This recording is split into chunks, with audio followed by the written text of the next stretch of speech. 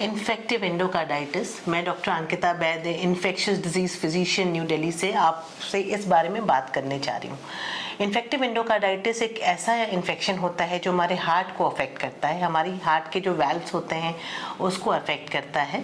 बहुत तरह के होते हैं ये, जिसमें हम नेटिव वाल्व इन्फेक्टिव एंडोकार्डाइटिस या इन्फेक्टिव एंडोकार्डाइटिस जो हमारे नॉर्मल वाल्व्स को, टेक्निकली नॉर्मल वाल्व्स को इन्फेक्ट करता है बैक्टीरिया, उसको कहते हैं नेटिव वाल्व एंडोकार्डाइटिस।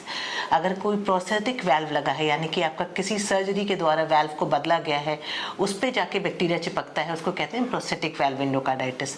दोनों के मैनेजमेंट में हमारे ड्रग्स जो होते हैं वो डिफरेंट होते हैं। बहुत ज़रूरी है समझना कि इसकी जो एंटीबायोटिक्स होती है वो नसों से लगती है, यानी इंट्रावीनस एंटीबायोटिक होती है। साथ ही साथ ये जो एंटीबायोटिक है वो प्रोलॉन्ग ड्यूरेशन के लिए लगती है, डिफरेंट कॉम्बिनेशंस में लगती है। आपकी जो बैक्टीरिया हम कैच कर पाते हैं ब्लड कल्चर में, उसके थ्रू हम डिसाइड करते हैं कि कौन सा बैक्टीरिया जो है ये आपके ब्लड को, आपके वैल्व्स को इन्फेक्ट कर रहा है, और कौन सा बैक्टीरिया, इस बैक्टीरिया के ऊपर हम कौन सा एंटीबायोटिक यूज़ करें। सो अकॉर्डिंगली हम गो हेड करते हैं। साथ ही साथ आपकी दूसरी कोमॉर्बिडिटी कौन सी है जिसके कारण कुछ किडनी पे या लिवर पे अगर कोई असर है, उस हिसाब से भी हमारे एंटीबायोटिक चॉइसेस वेरी करते हैं। जो एंटीबायोटिक्स होती हैं इसमें बहुत ज़रूरी है कि हमारे पास अगर ब्लड कल्चर की रिपोर्ट हो जिसमें पता चल सके कि कौन सा बैक्टीरिया है जिसके कारण ये हार्ट का इन्फेक्शन हुआ है। थोड़ा इजी हो जाता है, बट ये बहुत डिफ़िकल्ट होता है क्योंकि ब्लड कल्चर के जो ग्रोइंग रेट्स होते हैं बैक्टीरिया के वो 100% नहीं होते हैं, मिस होते हैं उसमें। तो डिफरेंट टाइम ऑफ सैम्पलिंग, सही तरीके से सैंपल करना, उसमें अमाउंट ऑफ ब्लड ज़्यादा लिया जाता है, 2-3 सेट्स में लेते हैं हम, ताकि ये कंफर्म कर सकें, चांसेस ज़्यादा हों बैक्टीरिया के ग्रोथ के, और कंफर्म कर सके कौन सा बैक्टीरिया ये इन्फेक्शन कॉज कर रहा है आपको। तो अगर हमें ये पता चल जाता है what is the cause of this infection, कौन सा ऑर्गेनिज्म है, accordingly what is the right choice of antibiotic for you, कौन सा एंटीबायोटिक हमें चूज़ करना है, किस तरह से देना है, कितने लंबे समय तक देना है, ये आपकी ओवरऑल स्थिति, साथ ही साथ किस तरह का एंडोकार्डाइटिस है, नेटिव वाल्व है या प्रोस्थेटिक वाल्व है, उस हिसाब से इसको डिसाइड किया जाता है।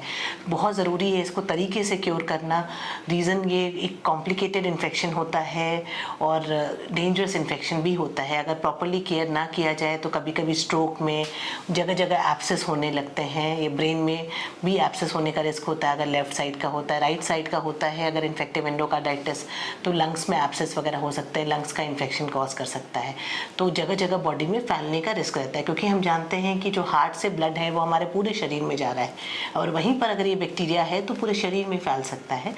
इसलिए ध्यान रखने की ज़रूरत है, सही तरीके से इलाज कराने की ज़रूरत है इसमें।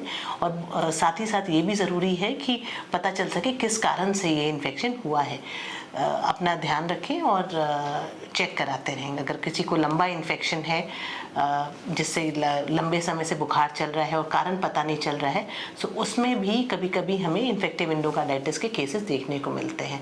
तो मैं डॉक्टर अंकिता बैद आपसे इजाज़त लूँगी। अगर कुछ भी क्वेरी है तो आप लिख सकते हैं इसके बारे में मुझे, और मैं उसके लिए I will be glad to answer your queries related to this infection. Thank you.